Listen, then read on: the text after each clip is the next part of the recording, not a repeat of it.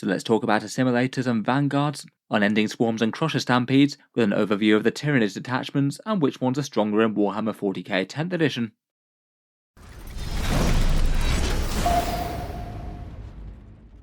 Hello and welcome back to Auspex Tactics, where today we're talking Tyranid Detachments, and in this video, now we've got a fair few months of data, I thought it would be interesting to see which ones are doing better and worse at tournaments, and aim to put these in a rough ranking of power. Overall, with Codex Tyranids, I feel like Games Workshop has actually done genuinely really quite well to make multiple of their different sub-factions really quite viable.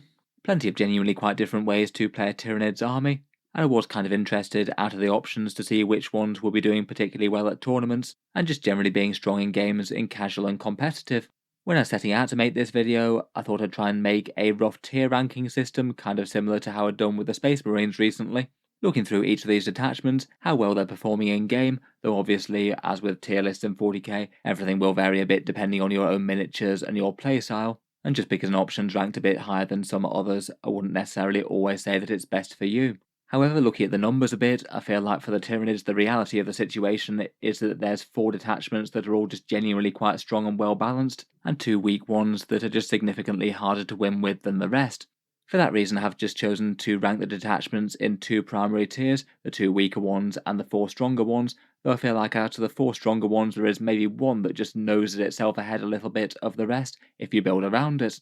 In any case, let's just jump straight into it, talk about our different flavours of Tyranid swarms and detachments, what they bring to the table and what they're lacking, and how well they're getting on in the stats. First up, this probably isn't going to come to too much of a surprise to Tyranid collectors, but out of the 6 detachments, I'd rate the Crusher Stampede and the Assimilation Swarm, which have ranked both of them in bottom tier for slightly different reasons. The Crusher Stampede is maybe a bit more relevant and usable to more players out there, given that having a bunch of monsters in your collection isn't exactly a massively uncommon thing for Tyranid collectors out there, but the rules it brings to the table just aren't that exciting, whereas the Assimilation Swarm, I feel like some of the rules are actually genuinely okay. If they were a little bit easier to access, I'd probably rank it a tiny bit ahead of the Crusher Stampede, but given that they're so painfully hard to access and tied to just a few key models, it means that almost no one chooses to play with it in reality. First up, we've got the Crusher Stampede, and the tournament stats aren't particularly good for this one. Its win rate is around about 41%, far lower than the standard 40k armies out there and on par with some of the weaker factions in the game. For high placings winning at least 4 games in big tournaments, it looks like there's only been 2 lists that have done that so far that I could find, though its play rates compared with the other detachments is a bit higher than some of them, just given that plenty of players have lots of monsters in their collections. It's 4th most played out of the 6, though that's perhaps still surprisingly low for a detachment that should be all about the raw power.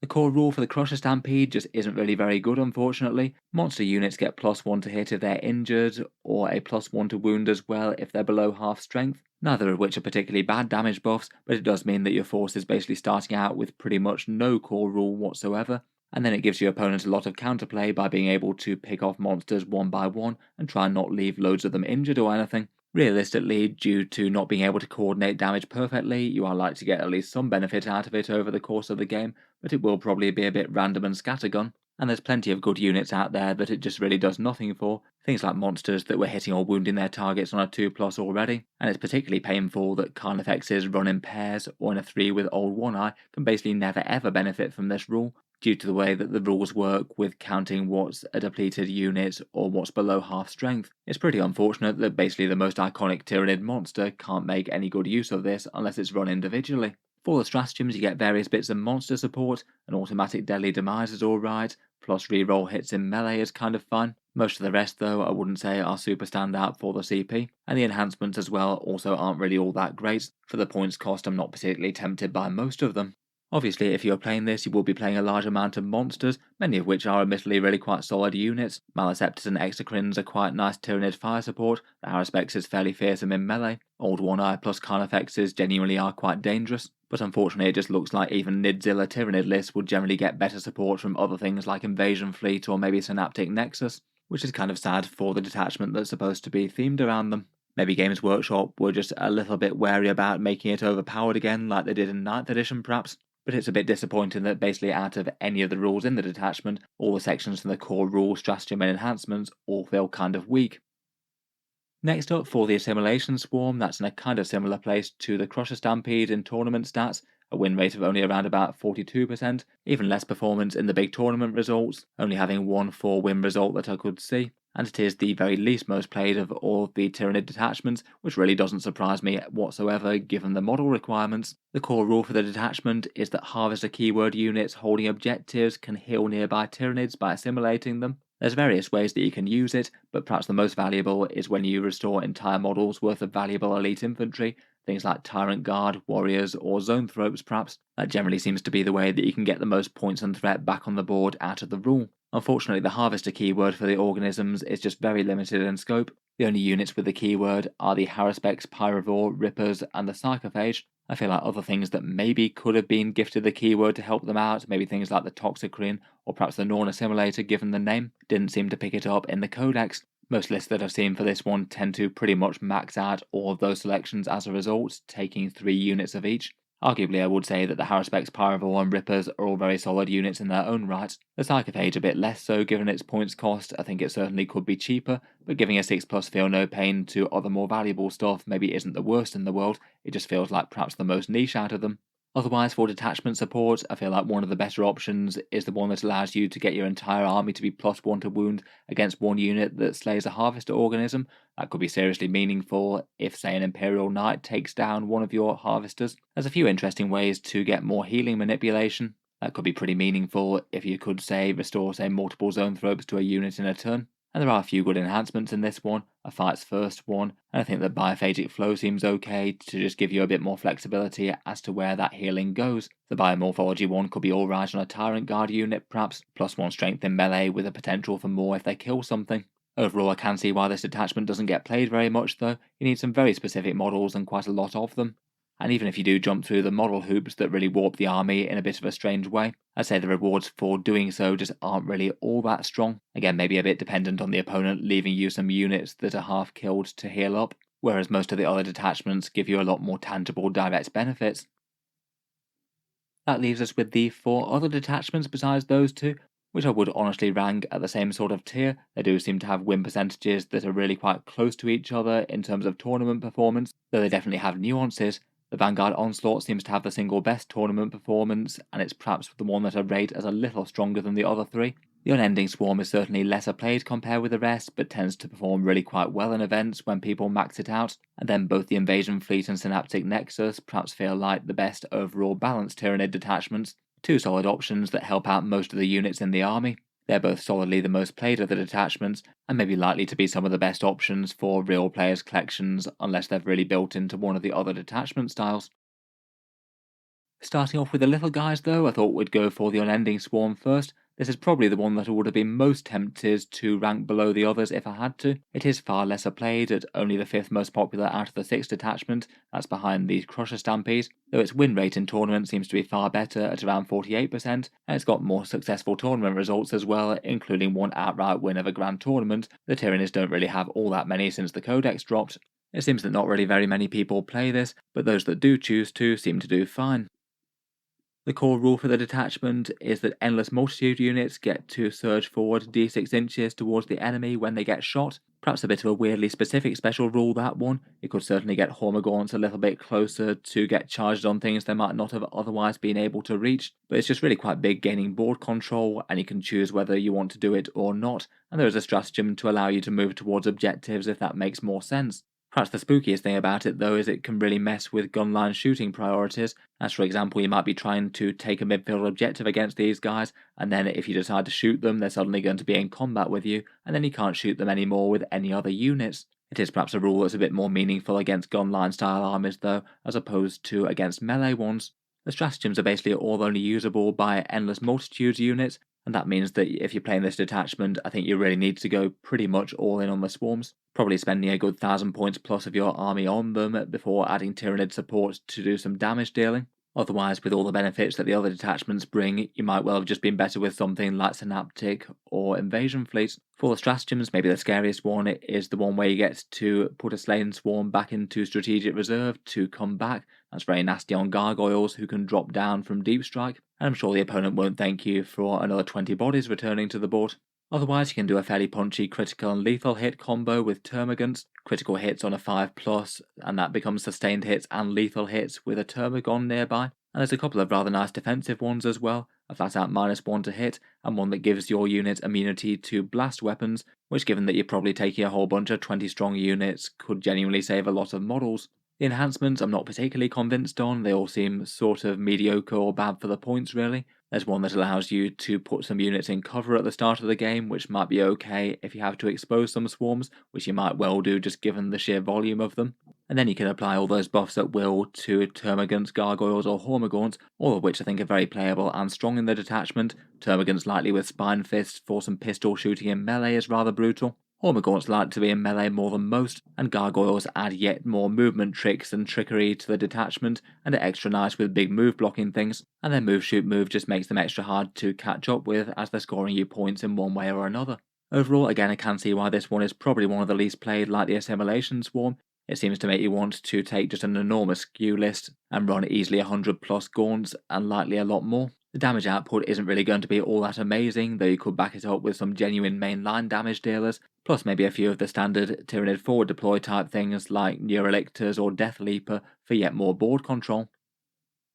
Moving on, next up we have the Tyranids General Purpose Detachments, and we'll start out with the Invasion Fleet, the index detachment that they've had since the start of 10th. The Invasion Fleet still seems to be holding itself very solidly in the rankings, a win rate of around 49%, and the single most high performances at tournaments, with 16 lists only having a single loss over the Grand Tournament event, though that's maybe a little bit less impressive than it sounds, as it is just the most played detachment by quite a wide margin, and as we'll see at the end of the video, it does seem that a bunch of the other detachments get better performance out of the number of people that are playing them.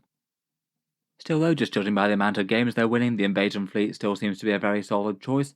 The core rule is the adaptations that get you a choice of damage boosts, usually either sustained hits against infantry and things, or lethal hits against monsters and vehicles, meaning that they do perhaps particularly well against enemy skew lists, maybe at least somewhat helpful given that Tyranids tend to match up at least fairly poorly against armies like Knights.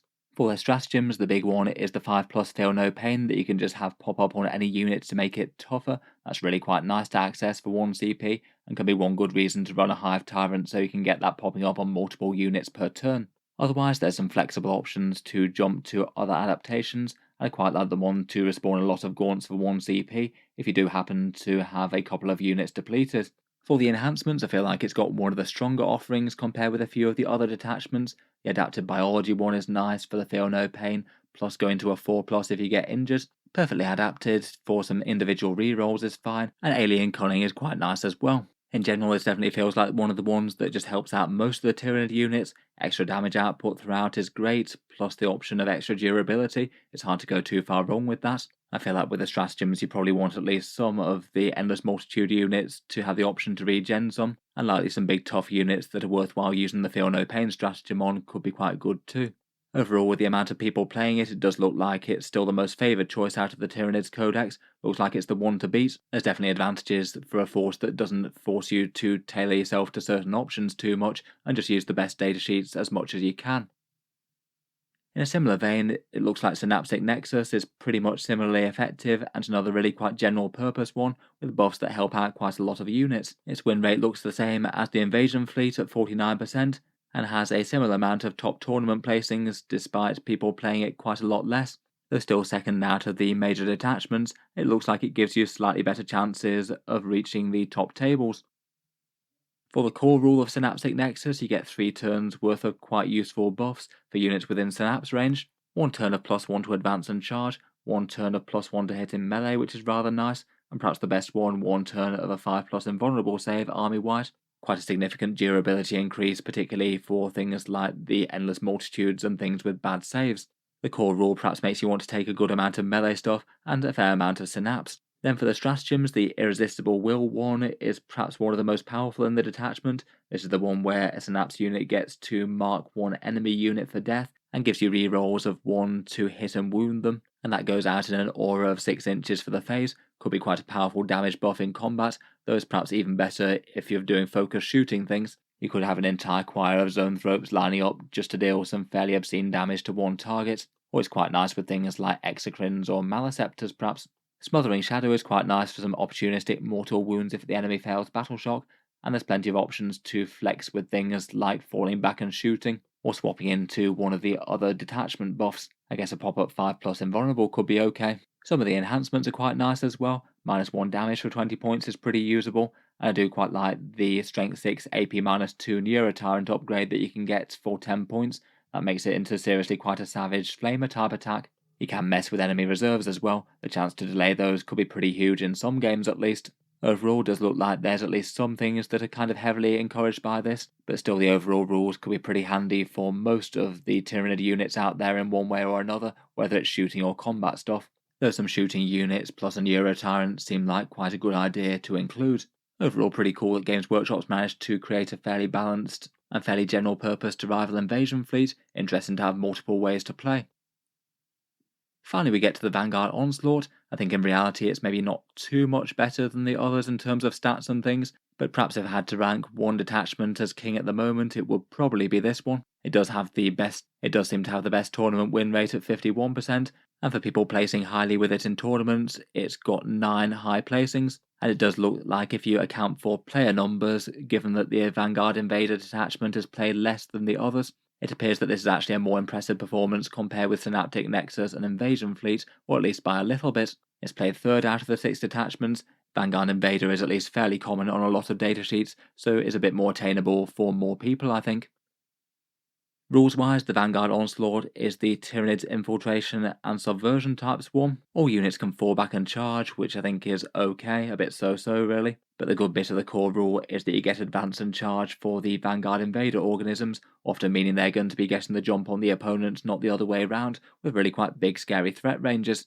Between all the movement and lone operative tricks and things that the regular datasheets can get anyway, suddenly gaining an extra d6 inches threat range on everything is pretty terrifying. The detachment also allows Death Leaper to be the Warlord as well, which doesn't usually tend to be enormously relevant for most in-game things. I feel like perhaps the single standout things though are the stratagems for this one, where there's multiple good ones.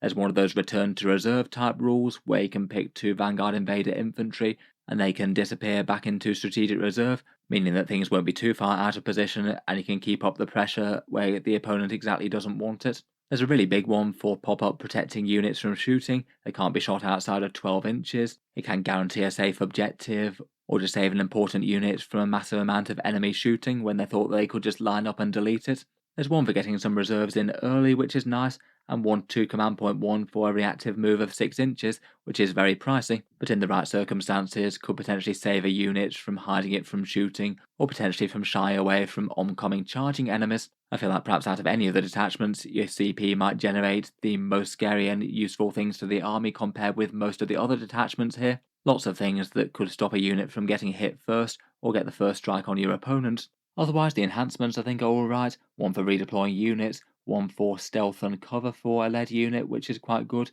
and the others are kind of fine as well. The Battle Shock one coming out of reserves is maybe a bit random, but in the right circumstances that could be horrible for your opponent. And a lot of these options are really quite usable on a whole bunch of the Vanguard Invader type things. Gargoyles are already great, as are Death Leaper and Neurolictors, so they'll love all the stratagem support. Von Ryan's Leapers and Tyranid Warriors are both kind of nice for this. The Warriors can get the Vanguard Invader keyword via the Tyranid Prime, and it also maybe seems like the best place to run a Winged Hive Tyrant as well if you want to. Being able to protect it from heavy enemy guns for 1 CP is really quite big. Overall, it's a bit more limited in terms of datasheets that you maybe want to focus on, and a fair few of them maybe don't have the most standout damage outputs, but with the amount of crazy movement shenanigans that you can pull off, this one does seem like an army that's usually going to score quite well, and hopefully should be able to compound and pick apart the enemy army bit by bit. Probably a little bit harder to use compared with the more generalist ones that focus on damage and defense, but it seems to be working out very well for the people who do play with it. Finally, thought it just could be interesting to smash a couple of numbers together, and this is basically the number of those high-performing tournaments lists by the amount of people who are playing that detachment, and interestingly that does change the rankings quite a bit on those. The Unending Swarm is actually the most overrepresented on the top tables of tournaments, then the Vanguard Onslaught, Synaptic Nexus, Invasion Fleet, with the Crusher Stampede and Assimilation Swarm being quite a lot lower than that. Seems for the people who are choosing to play Unending Swarm it's working out quite well for them, even though there's not many of them. Though I would perhaps bear in mind that realistically that result is just very random because almost no one is choosing to do so, so just a few people doing well with it will skew the results really quite a lot. Otherwise the Vanguard and Synaptic detachments seem to be doing a little bit better than the Invasion Fleet, though there isn't too much in it. For that one in particular, I do wonder if the numbers might be slightly skewed there by people who are choosing invasion fleets maybe being a little bit more likely to be newer players who just go with the more default detachment rather than worrying too much about the more fancy stuff that might require some very specific combinations of models. Overall though, I feel like Games Workshop really hasn't done too badly in making there multiple different strong ways to play Tyranids. Throughout previous editions, particularly 8th edition and 9th edition, it's kind of rare for sub-factions to be quite as well balanced against each other. Usually just one or two stick out as the top choices, so having 4 that are pretty playable seems great. Hopefully this sets a trend for a few more of the other codexes out there, though it seems that Space Marines haven't really been quite as lucky with theirs perhaps. In any case, let me know your thoughts down in the comments below. Which Tyranid detachments do you enjoy playing with and why? And would you agree with the rankings here or rank any of them a bit higher or lower? If you've enjoyed the video, then feel free to subscribe to Auspex Tactics, or I'll certainly keep the regular 40k videos coming. I do tend to post new ones just about every day. I'm sure I'll have more for the Tyranids in the future. Finally, if you have been enjoying all the videos on the channel, I would just like to mention that Auspex Tactics does have a Patreon page as well, and you can find that linked in the video description if you'd like to help support. Channel patrons do get a fair few advantages, seeing certain videos early each week, regular votes to see what sort of things come next on the channel, and automatic entry into the regular prize giveaways with a chance to win some big model kits each month. If any of that sounds good to you or you'd just like to help support, the link is down in the video description. In any case, an enormous thank you for listening, and I'll hope to see you guys next time.